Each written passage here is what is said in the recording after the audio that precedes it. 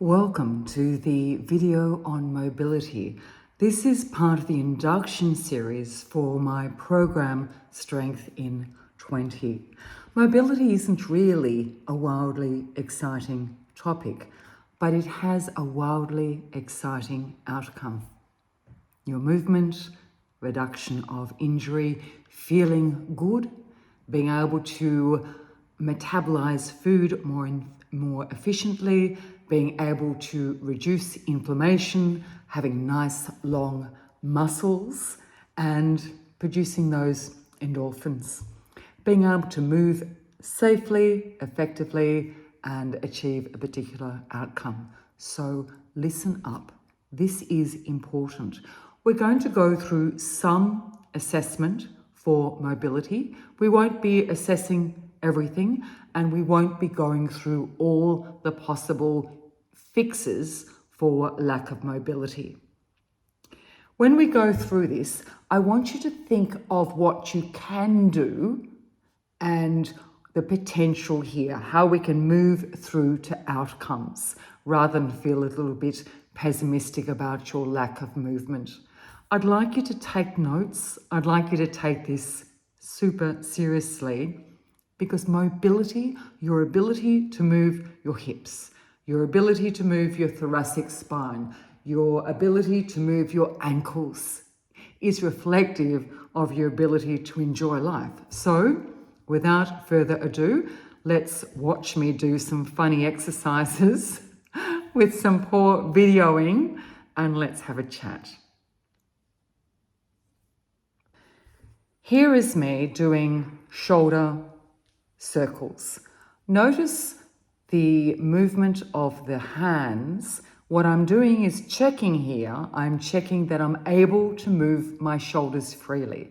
Here are shoulder circles, the ability to move my shoulders in a clear circle so that I confirm that I've got free movement in my shoulder joint and I continue to have that movement in my shoulder joint. Now I turn around and I touch the opposite shoulder with one hand, and I'm going to take it over my head and touch the other shoulder. I want to hold it there for a moment. I'll just freeze myself. Looking interesting there. In society, there is a lot of pressure placed upon women to close their bodies up. So we cross our arms, we lift our shoulders up, we close our bodies up. And the result of that is aging. When a woman stands up straight and holds her arms out, she's often perceived as arrogant. So, in order to fit in, we close ourselves up, we lift our shoulders, cross our arms, and if you do that for long enough, you lose the ability to move freely. So these simple assessments can assess your level of mobility and where you need to get back to. Don't be disheartened. Getting mobility back, recovering mobility back is a journey. Allow yourself the journey. Okay, let's see what's next.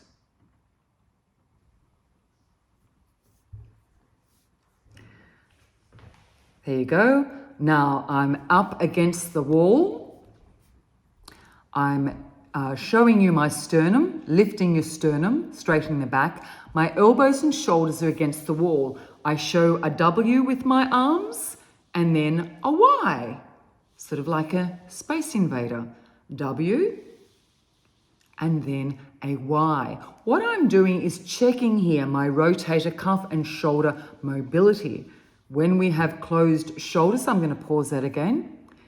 When we have closed shoulders, it is generally not possible or difficult to squat correctly. So having closed shoulders means within a period of time, sitting down on a chair safely and getting on and off a chair becomes difficult.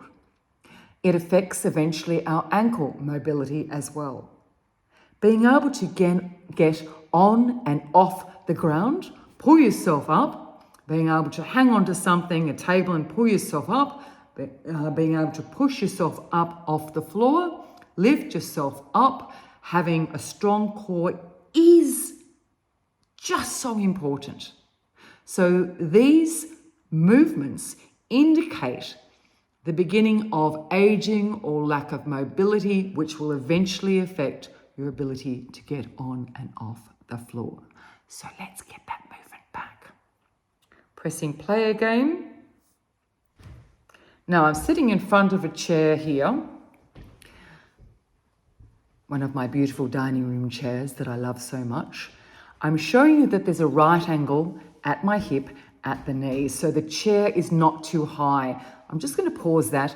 I wanted to comment that a lot of chairs and a lot of toilets now are artificially high to allow for our lack of mobility and our difficulty getting on and off public and private toilets and on and off chairs. The problem here is that we're losing more and more and more mobility. Here, I'm going to press play again. I'm stretching my back. I'm checking my thoracic mobility. So I'm holding my abdominals in. I'm drawing up through my neck like a puppet being pulled up and turning my shoulders, holding my abdominals in order to keep my back safe. Then I'm doing the opposite side. So this is a movement. When we do it, we don't just yank ourselves into the movement. We lift up, hold your abdominals in, tight core and turn so that we maintain a mobile thoracic upper back area. Here I am doing a very basic hip mobility exercise. I'm doing the left foot first. Now my right leg has had a hip replacement. It's not as mobile, but I've worked very hard on it. This gives you a basic idea of your hip mobility. There's a lot more. I'm going to stop that there. There's a lot more exercises you can do for hip mobility. This induction video is merely a taste, a wet your lips type taste to mobility. Mobility is so integral to health, fitness, and aging. Pressing play. Coming out of the hip stretch, hip mobility. There's so many other hip mobility exercises too that are really important. Now here I'm going to demonstrate how to get on and off a chair. So sit down, notice the sternum is lifted, the knees are over the toes, the knees are over the little toe, the kneecap is pulled up, and as I come down, my sternum's lifted. So I'm not projecting beyond my knees, and I'm coming up like a puppet being pulled up through the crown of the head. My shoulders are drawn down. It is so important that you can get on and off a chair.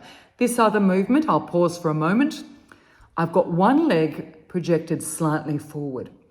The ability to get on and off a chair with one leg lifted is really important. The way you can move to that point is have one leg forward and place less and less weight upon the projected forward leg and push up through the stabilizing leg through the sole of the foot, particularly pushing through the heel, lifting through the sternum. I'm not saying you need to do this right now, but it's important that we have the ability with each leg to have that strength to get on and off a chair that we can sit on with a 90-degree bend in the knee. If you want to know more about this, I can teach you more about it. I just wanted a précis, a summary here of mobility.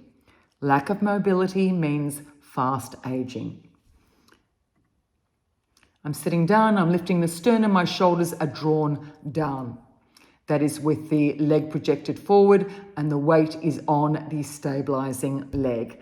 Eventually you can do it with keeping one leg off the ground, providing you've got no medical issues here. And of course, we always see a doctor before we start an exercise program. Look at that smile on my face. Now I'm showing you my beautiful chair that I love so much. And I am stretching, pause again, I'm stretching my quadriceps, which is the muscle at the front of the thigh. For so many reasons, it's important that we maintain a long quadriceps muscle or the muscles in the upper thigh. You can't see because my big baggy pants there, but my knees are aligned.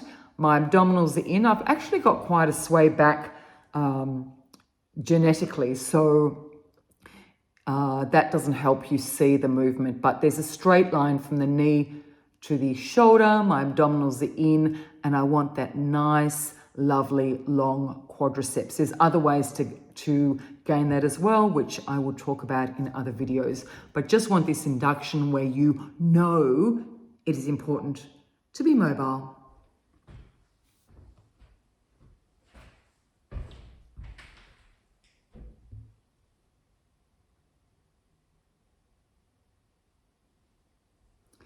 Okay, now I'm going to show you a lunge. It's important there that you can be on the ground. I'm on the ground and I'm able to get up through my spine, lifting up through the spine. Again, that puppet movement of imagining there's a string through the crown of your head, pulling you up to the ceiling. The knee points over the little toe of the front foot. I hold my abdominals in through that movement. And now I'm going to show you a lunge with a little bit more balance. This is an advanced move. It takes a while to learn, but it's an important functional movement that we learn to do and are able to continue to do, especially as we age. Okay, that's it. These are some basic movements that I would like you to tick off and say you can do them. Additional movements is the ability to be able to lift one leg and be able to turn your foot so that you have ankle mobility and able to move your ankle in a number of different directions. I didn't want to make this too long because I want us to get to the weight training series, which is in, I think, 2 more videos. But this gives you a taste and a reminder that you are so important and your mobility is one of the foundations of your fitness and strength. Thank you for watching. Please watch the complete induction series before you start the strength component, Strength in 20.